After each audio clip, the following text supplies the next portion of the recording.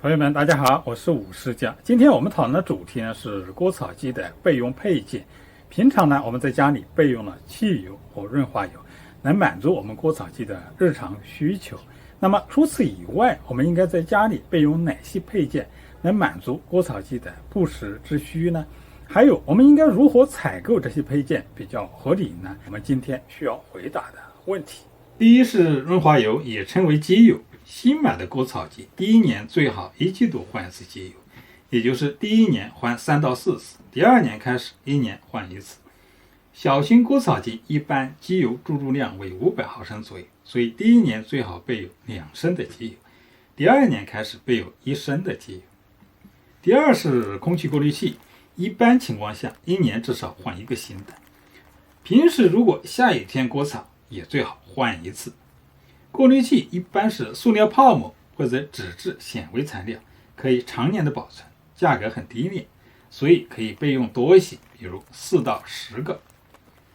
第三是火花塞，平时注意清洁尖头的炭盒，一般可以使用好几年，但是一旦有故障，发动机就不能启动了，所以我们家里至少备有1个火花塞。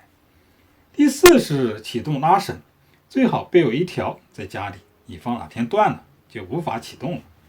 第五是注油器，油包 primer 也最好备有1个在家里，油包破裂了就会漏油，尖头破了就不能注油。我们 DIY 安装的时候用螺丝刀很容易损坏油包本身，还有平时使用的时候不要用指甲去按动油包。我有一个前期的视频专门讲这个问题，有兴趣可以去看看。第六是汽油管、汽油过滤器或汽油管的小开关，备有这么一套，主要是为了方便汽油以及汽油输送管路的维护，比如汽油箱的汽油受潮稀释了，油管漏油了，化油器故障等等。第七是化油器，化油器坏了，锅炒鸡一般就不能工作了。还有，如果你没有维修过化油器的经验，一般说来短时间很难修好，所以身边备有一个新的化油器最实用。更新一个全新的化油器5分钟以内就能完成。可能你会觉得买个新的化油器会很贵，其实不然，请继续观看，我会在下面如何购买部分做进一步的分析。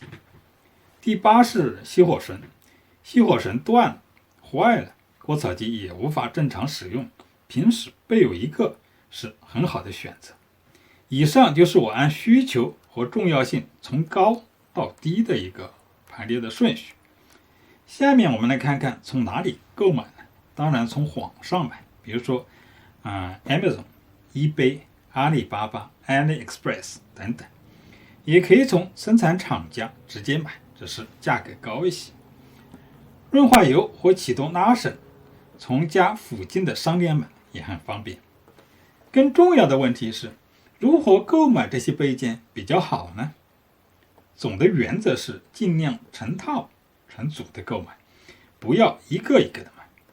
这是我从网上买的一套备件，包括化油器、火花塞、汽油管、汽油过滤器、汽油管小开关、注油器、油包 primer， 总共20美元左右。